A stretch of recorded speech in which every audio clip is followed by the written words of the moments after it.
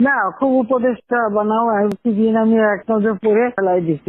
আমার উপদেশটা বাড়বে না, এই দেশটা আমার বাপের। তো সুদ করে আবার আমার উপদেশটা বানাতে চোর একটা আবল তাবল কথাবার্তা বলতে থাকে।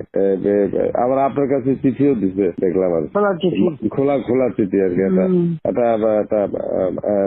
এটা খারাপ আর কি, একটা আর কি। না, খুব উপদেশটা বানাও কিছুদিন আমি এক নজর পড়ে ফেলাই দিচ্ছি। আমার উপদেশটা বাড়বে না, এই দেশটা আমার বাপের। আমার বাপ স্বাধীন করে দিয়ে গেছে, আমি জানি এই দেশ আমি চিনি। এখানে আমি বাংলাদেশের বসে বসে কথা বলার তো সুদ করে আবার আমার উপদেশটা বানাতে চোর একটা। ও বলছে গ্রামীণ ফোনে সব ইনকাম গ্রামীণ ব্যাংকে যাবে, যে টাকা গ্রামীণ ব্যাংক গরিব মানুষের সাহায্য করবে। আর এই কথা করে আমার কাছে ওই গ্রামীণ ফোনের ব্যবসা দিয়ে ইউজ একটা টাকা পর্যন্ত গ্রামীণ ব্যাংকে দেয় নাই। আমি 400 কোটি টাকা গ্রামীণ ব্যাংকে দিচ্ছি, 400 কোটি টাকা। ওটা তার অন্যান্য প্রতিষ্ঠানে লাগাচ্ছি আর কি। না, তখন গ্রামীণ ব্যাংক ফাইলে বক্সে ঢুকাই দিই। গ্রামীণ ব্যাংক তখন ওই শেষ হয়ে চলে যাচ্ছিল। ওর বদলতে গ্রামীণ ব্যাংক মাঠে বসে গেছিল। ও তো সব ব্যাংকের সব টাকা তো লুচি খেয়ে গেছে। তখন আমি প্রথমে 100 কোটি, তারপর 200 কোটি, তারপর আবার 100 কোটি, এটা 98 সালে দিচ্ছি, চালু রাখছি। তখন এই গ্রামীণ ফোনের ব্যবসা ছিল।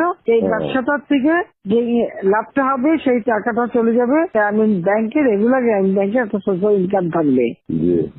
এই বলে ব্যবসা নিয়ে তখন যখন ব্যবসা নেই, তোমার বলে রাখি, যদি কোনদিন প্রশ্ন ওঠে বলতে পারবা, 51% মালিক হলো বাংলাদেশ আর 49% হলো নরওয়ে কোম্পানি। আর এখন যে দেখো সব সে ব্যবসা নরওয়ে কোম্পানির কাছে, তার নিজের কাছে বোধহয় 10 ভাগ বা 15%-এর মতন হয়তো থাকতে পারে, সমস্ত সে বেঁচে খেয়েছে। আর একটা টাকা কোনোদিন গ্রামীণ ব্যাংকে এখান থেকে দেয় নাই। আর আমরা সবচেয়ে বেশি ফ্যাসিলিটি তাকে দিচ্ছিলাম, রেলওয়ে, ফাইবার অপটিক ব্যবহার থেকে শুরু করে সবকিছুতে তাকে এক্সট্রা সুযোগ দেওয়া হয়েছিল। ওইভাবেই তো গ্রামীণ ফোনটা তো অন্যদের থেকে সে সবচেয়ে বেশি সুবিধা পাইছে। চোর একটা রক্ত চুষে খাইছে সব। আমি বলছি যে রক্ত শোষা, গরিবের রক্ত শোষা। যে 30% তার হিসাব করলে 30% সুদ হইতো। সে যা গ্রামীণ মানুষকে যে লোন দিত, তাতে তার যে কম্পাউন্ড ইন্টারেস্ট যদি আপনি ক্যালকুলেশন করেন, 40-47% হয়ে যেত।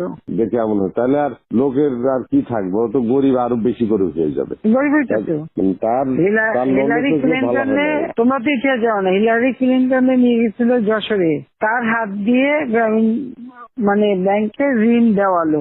এরপর সেই লোকগুলি সাধারণ গরিব লোক, হরিজন গ্রুপ, তারা ওই এলাকায় আর থাকতেই পারে নাই, কারণ ওই ইন্টারেস্ট দিতে দিতে দিতে তারা ফকির হয়ে নিজের যে বাড়িঘর ভিটা মাটি তাও কেড়ে নিয়ে গেছে। তারপরে তারা ওই এলাকা থেকে হারাই গেছে।